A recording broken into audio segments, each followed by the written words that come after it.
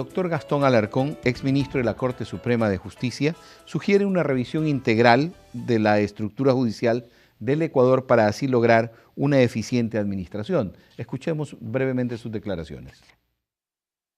En primer lugar, que tenga que haber acumulación de penas. Por supuesto, una acumulación de penas que no pase más allá de 35 o 40 años, en primer lugar. Y en segundo lugar, yo pienso que los delitos tienen que clasificarse en mejor forma en el Código Penal, y para eso la Asamblea debe hacer un estudio profundo de la situación sociológica del país, en la cual en este momento estamos viviendo en una sociedad de caos.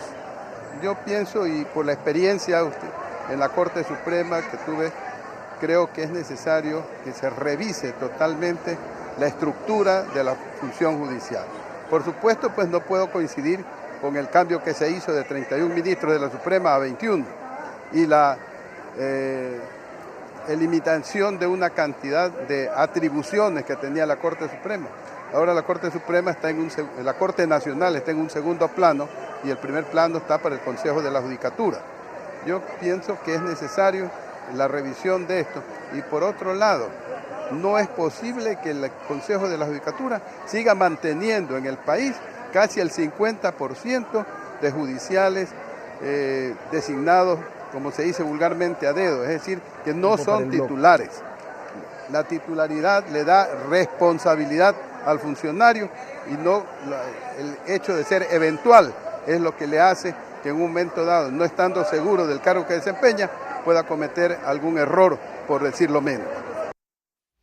Definitivamente lo señalado por el doctor Gastón Alarcón habla de una necesidad de reforma de la estructura de la función judicial, habla de la necesidad de las reformas procesales, y lo que habíamos hablado un momento antes aquí tras cámaras, repito la curiosidad, ¿qué es necesario? ¿Empezamos por la reforma de la ley o empezamos por la reestructuración de la Corte, doctor Rubio? Una revisión a fondo de lo que es la ley procesal penal, de la ley penal, de la misma Constitución, que tiene demasiados candados y que prohíbe inclusive la Constitución, que esto va a ser otro problema. Cuando vayan a tratar el asunto constitucional, por allí hay un principio mismo que dice que las garantías no pueden ser revisadas, no pueden ser modificadas las garantías. Exceso, que yo sí sostengo, exceso de garantías que ha traído la impunidad en el Ecuador. Para mí ese es el problema, ese es el diagnóstico. La gran cantidad de garantías impide por la propia ley sentenciar. En el Ecuador hace 30 años no hay sentencia como debe haber. Por eso es que usted encuentra que todo delincuente tiene antecedentes. Salió antes de ayer y vuelve a delinquir. ¿Cómo es eso de que no hay sentencias en 30 años? En la estadística usted va a encontrar que el procesado, el sindicado anteriormente, salió con fianza y no regresa a ser sentenciado, que es la etapa anterior a las medidas sustitutivas. Hoy, el que sale con caducidad no es sentenciado, el que sale con medidas sustitutivas no es controlado y peor sentenciado. Esa reforma legal la necesitamos en el país. Debe haber sanción, porque en el Ecuador no hay sentencia, hay impunidad por falta de sentencia. Arrancamos entonces de la reforma legal y con lo que acaba de decir el doctor Rubio, que es sumamente grave, de que no llegamos a sentencias. ¿Por dónde tendría que ir el camino de la reforma, doctor Zambrano? Yo recuerdo algún indicador, se dice que en el Ecuador no más del 2% de las causas que se inician llegan a sentencia, el 2%. Pero yo pensaría, yo no miro esta idea de que hay exceso de garantía. Hay un abuso con las garantías, que es otra cosa. Pues como yo decía el doctor el catedrático Gracia Martín, la medida de prisión preventiva es una medida de aseguramiento cautelar, tomando en consideración que el ciudadano sigue siendo inocente. Por eso se proclama la excepcionalidad de la medida. ¿En qué casos? En los casos más graves, pues.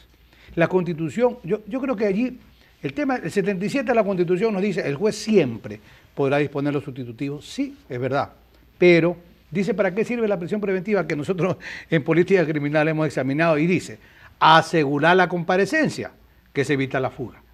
Y en segundo lugar, porque nosotros en política criminal estudiamos algunas variables, pero fundamentalmente asegurar la comparecencia, o sea, evitar que se fugue. Yo digo, si alguien está preso y en delitos flagrantes más graves, o en casos de violación, de tráfico de droga, de tráfico de migrantes, son casos no excarcelables. La racionalidad de la prisión preventiva, por supuesto que es una necesidad, pues. El otro caso, ¿para qué debe dictarse la prisión preventiva? Asegurar el cumplimiento de la pena. Entonces yo digo, todos los casos de los delitos graves, cuando ya se dicta el llamamiento a juicio, que está próximo a la sentencia, es un contrasentido que un juez lo llame a juicio, le confirme la prisión y se la sustituya.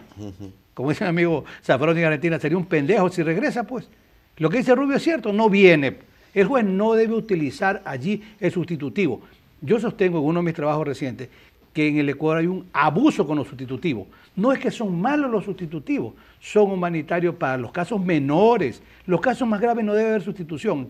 Entonces, si estamos pensando que tenemos que reformar la Constitución, que por la serie de candados que anotaba el doctor Rubio va a significar 1 año y medio, lo que hay es un uso irracional de las garantías, que es otro tema. Yo le recuerdo que en los meses anteriores se acaba de dar por peculado la sustitución de la medida cautelar. Pero ¿quién actuó mal allí? El juez, pues. No es el sustitutivo. Usted nos da la razón. O sea, y perdóneme, y debo defenderlo porque es una realidad histórica. La autoriza un juez con el visto bueno de la Fiscalía. Bueno, entonces, sí, aquí estamos interviniendo los dos. Sí, pero el fiscal dice, procede la pero, sustitución en peculado. Pero hay una cuestión allí. Hay una cuestión allí, no, pero yo anoto solamente, no? Yo no soy abogado en el tema, pero anoto lo siguiente. Ese ciudadano estaba 7 años en calidad de prófugo, no podía ir a juicio. Y él que dice, vengo al Ecuador, señor, y se entrega preso, pues, y se somete a juicio. Ese es un caso. Por eso, como bien decía el profesor Gracia Martín, hay que examinar caso por caso. Claro. Pero no es delito menor, como usted lo decía. Pero es un caso dentro de los casos graves donde el ciudadano se somete a juicio. Claro, yo no conozco mejor que no conozca la legislación ecuatoriana, pero a mí lo que me parece es un contrasentido el que se establezcan posibilidades de sustitución de una medida cautelar. La sustitución de la prisión procede o es pertinente cuando la prisión es una pena definitiva. Pero si se trata de una medida cautelar cuya finalidad es evitar la fuga del preso y asegurar su comparecencia en juicio, ¿cómo se puede pensar en una sustitución? Una de dos, o existe o no existe riesgo de fuga. Si existe riesgo de fuga, es la prisión preventiva y no puede sustituirse por otra medida. Y si no existe riesgo de fuga, no hay fundamento alguno que justifique la aplicación de la medida cautelar. Una pregunta, ¿en qué momento procesal en España dan la medida sustitutiva? No, es que en España no existe posibilidad de sustitución de la prisión preventiva. No existe posibilidad. ¿La dicta o no la dicta? O se dicta o no se dicta. Claro. El preso queda en libertad o en prisión preventiva. No hay un término medio. ¿Y en qué momento la levantan la prisión? Contrario. ¿Y en qué momento levantan la prisión? No, cuando ya lo sentencian absolutoriamente. La prisión claro, se levanta si hay una sentencia absolutoria. Y si hubiese una sentencia condenatoria, se descuenta del cumplimiento de la condena definitiva el tiempo cumplido como prisión preventiva. ¿Y en esa pena definitiva no hay sustitución? Ahí sí. También. Claro, la sustitución de penas tiene sentido cuando esta es una pena definitiva a la que ha sido condenado el sujeto. Por ejemplo, pues en España es posible sustituir las penas de prisión inferiores a 2 años, no las superiores a 2 años, por otro tipo de penas como trabajos en beneficio de la comunidad, pena de multa, arrestos de fin de semana anteriormente, antes de ser suprimida esta pena, etcétera, etcétera. Pero esa sustitución no se otorga de un modo automático y arbitrario por el juez. Tienen que darse una serie de requisitos, por ejemplo, que se trate de un delincuente primario, que no haya un diagnóstico de probabilidad de comisión o de reincidencia en el delito,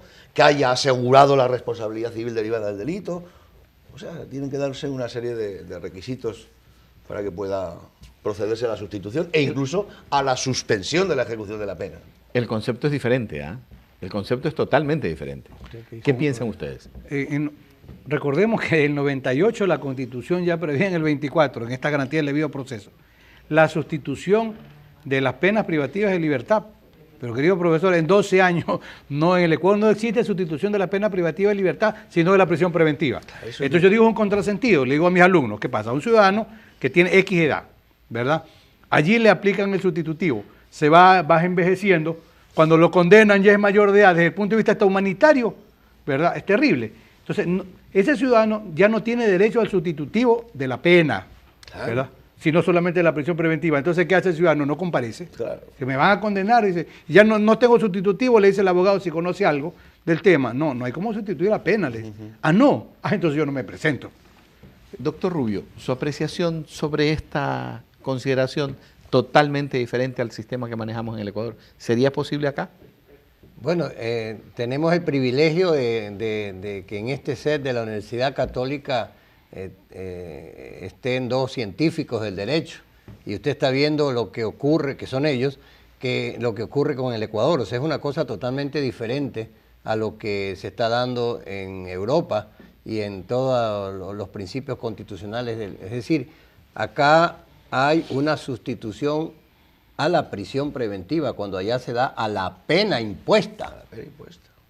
Pero eso lo crearon los legisladores, pues. Lo creó los asambleístas, pues. La Constitución no la hicieron los jueces. Entonces, el problema es de fondo. El asunto, hay que sentar a 7 maestros del derecho, en lo que debe estar el doctor Zambrano Pasquel, tomar una decisión del gobierno, ¿qué quieren, blanco o negro?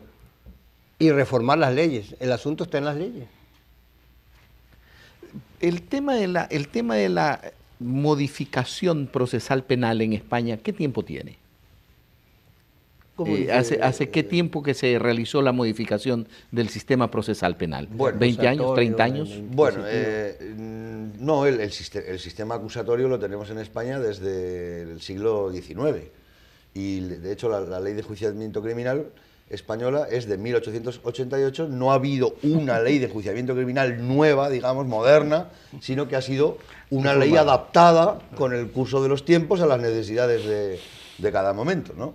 Evidentemente, pues en el momento actual, dada la cantidad y el volumen de reformas habidas, pues ha dado lugar a que la ley de enjuiciamiento criminal no tenga nada que ver con la original del siglo XIX, ¿no?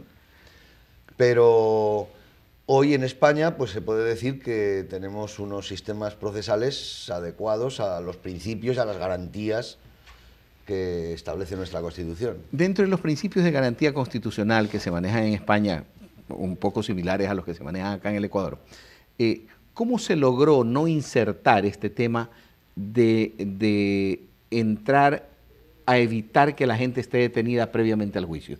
¿Es que el sistema judicial cumple eficientemente su trabajo rápido, en corto tiempo, para que nadie lo haya pedido? Un momento, pero es que en la ley de enjuiciamiento criminal española, la medida cautelar de prisión preventiva se establece únicamente para aquellos delitos que estén sancionados con penas superiores a 6 años.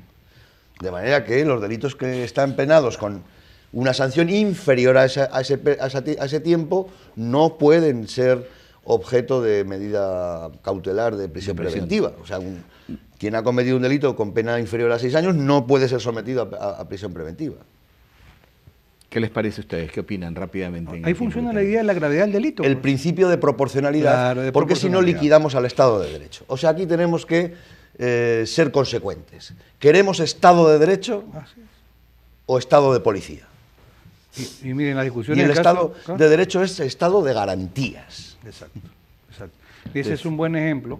Y en los casos, yo leo, en algún momento cuando en España se produce una controversia, cuando llega el Tribunal Constitucional, fija las directrices. A ver, ¿qué pasó en este caso? O sea, allí no el Tribunal Constitucional Español, que el tribunal, ¿verdad? Claro. Aún puede revisar sentencias del Tribunal Supremo Español, como pasa en Alemania o pasa en Colombia. El Tribunal Constitucional español, el colombiano, han ganado una fama de más merecida.